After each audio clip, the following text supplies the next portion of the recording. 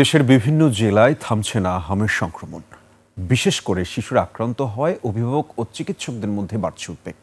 এদিকে গত ২৪ ঘন্টায় ময়মনসিংহ ও খুলনা মেডিকেলে হাম আক্রান্ত হয়ে আরও ২ শিশুর মৃত্যু হয়েছে। প্রতিনিধিদের তথ্য ও ভিডিওতে সমর সিদ্দিকীর রিপোর্ট। ৭২ ঘন্টা ময়েশ্চার লক সমৃদ্ধ লিলি বডি ওয়াশ, শিয়া বাটারের গুডনেস স্কিন রিপেয়ার করে রাখে সফট ও গ্লোয়িং। ময়মনসিংহে প্রকট আকার ধারণ করেছে হাম সংক্রমণ। আজও ৩ বছর বয়সের এক শিশু মারা গেছে। এ নিয়ে ময়মনসিংহ জেলায় মোট মৃত্যুর সংখ্যা দাঁড়ালো ১০ জনে। আর গত ২৪ ঘন্টায় ময়মনসিংহ মেডিকেল কলেজ হাসপাতালে ২০ জন নতুন করে হামে আক্রান্ত হয়ে ভর্তি হয়েছে।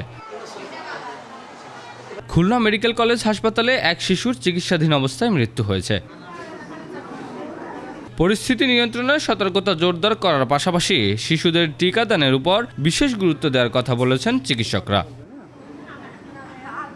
গাজীপুরে হামের সংক্রমণ নিয়ে শহীদ তাজউদ্দিন আহমেদ মেডিকেল কলেজ হাসপাতালে গেল ২৪ ঘন্টায় ৯ জন শিশু ভর্তি হয়েছে। হাম আক্রান্ত শিশুদের জন্য হাসপাতালে আলাদা ওয়ার্ড খোলা হয়েছে। চট্টগ্রামে এ পর্যন্ত হামে আক্রান্ত হয়ে ৩ শিশুর মৃত্যু হয়েছে। বগুড়ায় ৯ মাসের কম বয়সী শিশুদের মধ্যে সংক্রমণ বেশি দেখা যাচ্ছে।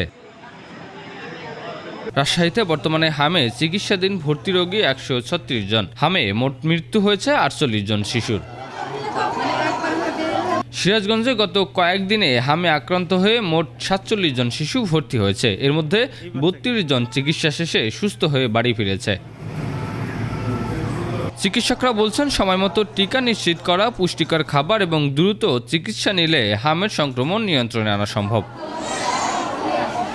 সুমন সিদ্দিকী বাবু, ২১ টেলিভিশন।